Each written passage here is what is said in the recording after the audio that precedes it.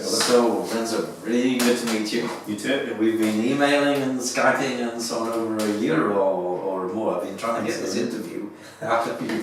So, first of all, tell us what White People is. Tell us what the basic service that you provide here is.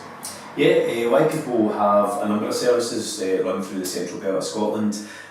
We don't just work with young people. This service here at Pathways works predominantly with vulnerable adults. We have young people services in Glasgow. We have services for vulnerable adults in Edinburgh up through right into Orkney. We have out of school care services as well. So it's quite a diverse organisation in the sense that Orkney as well. Yeah. Yeah, that's it. Pretty even further away than Cornwall. It's a deep dive. Pathways, the service here in East Kilbride, as alluded to, it works predominantly with vulnerable adults. There's two elements to the service. The reach out service, which works with 50 individuals out within the community, and 12 individuals who are based within the supported accommodation element of the service.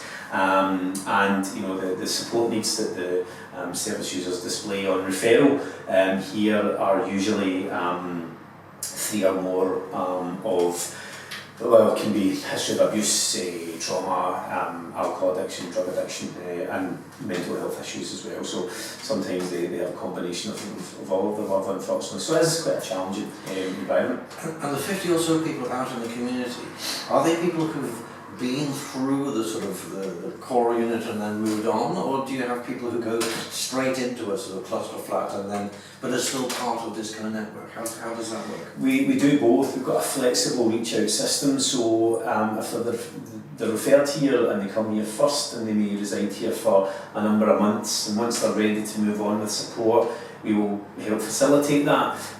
If they succeed in their own flat, which we hope they do, then we will continue with that support. But if they don't and something breaks down with regards to the support or with the flat, with the life, we can take them back in. But is it all people who've been through the unit, or do you ever have people who just move into the local area, or who get referred to you, get to know you, and they are locals? There are people who are referred through South Lanarkshire Housing, Housing and Homeless, sorry. So the South Lanarkshire Council give us the referrals, and then we look to engage with the individual as quick as we possibly can. So can. you had somebody who was, you might say, vulnerably housed, who their tenancy was at risk. Mm-hmm. But they haven't actually needed to move in here because would you be able to support that person, sustain that person? We would, yeah, that would be the goal. The ultimate aim of the support staff would be to link in as best as we could. Obviously there's an element of early intervention as well, as to roll out that as best as we can, but yeah, if it came to the point where it's been critical. The reason I'm trying to clarify that a little bit is because what I picked up from the report that you sent me, must be 18 months or so ago, and that was that the version of a psychologically informed environment that you were developing here was based around what you call the clubhouse model. Mm-hmm. That I find that really, really interesting, really quite exciting. So tell us what the clubhouse means in practice for you. Yeah, certainly what we found very useful was, again, we'll be free with that document because of, well, we used your good practice guide there are bits of it that's it, no, credit's due.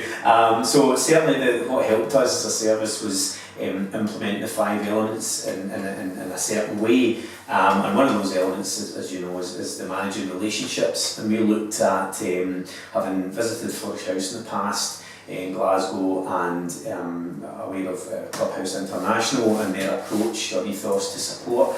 We thought or felt we could adopt elements of the Clubhouse model within this PI framework.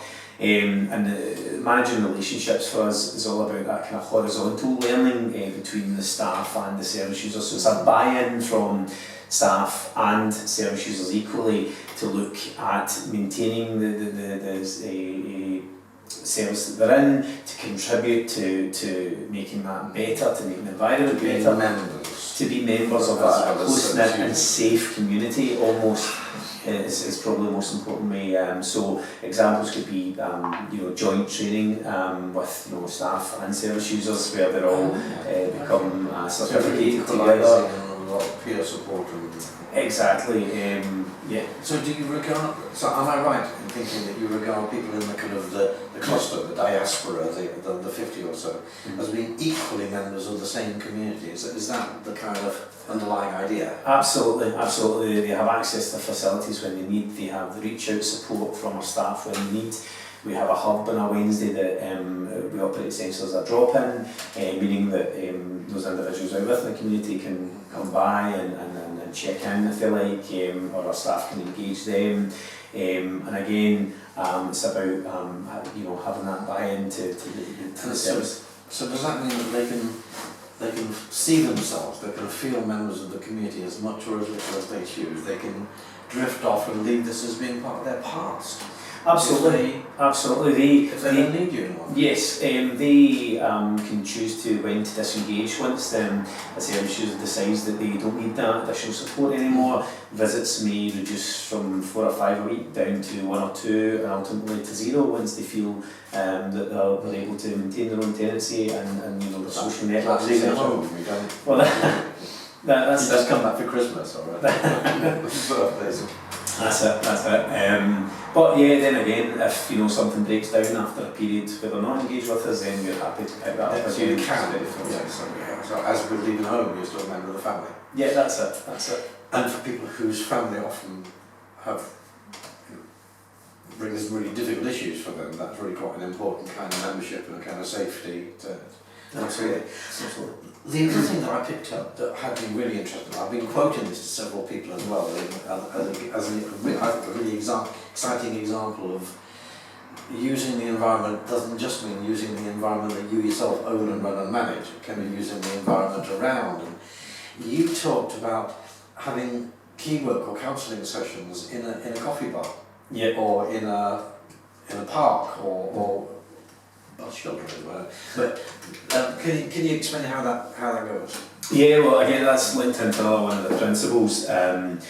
Probably the psychological approach to what framework you want to use, but as a kind of humanistic approach to our support, where there's nothing medical based, it's all about the individual and their objectives. We feel that sometimes, although we have a nice health visitors room that we can sit in and do kind of one-to-one, sometimes that gets a wee bit stuffy, and especially if there's been some kind of issue with that service used in the past, they might just feel as if they want to escape out with purely just out with the building. So what we do is, this is the local community, when they're residing here, our staff are happy to support them into a cafe and do a kind of informal, engaging kind of key work within the cafe. So that can be over lunch, that can be even for a reach out service users as well, that can be somewhere not in their flat but somewhere local to them. So we'll go to meet them at their local cafe, so that again it's working on the kind of social network element, the confidence building, and again good for their mental health to be out with the community that they live. And that's normalcy. Normally people talk about what's going on in their lives in a pub or a bar or at the hairdressers or whatever.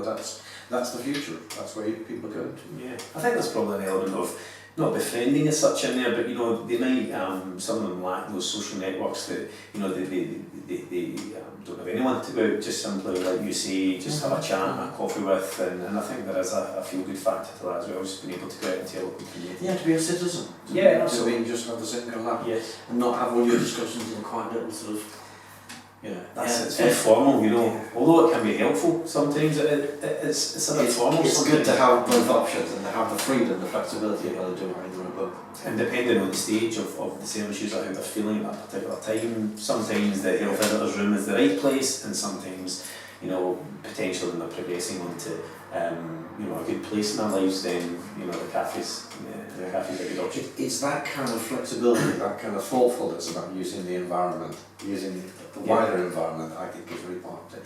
To me, that's part of the whole environment. Yeah, using the grown and the as well as the built environment. If you see what I mean. Right. Okay.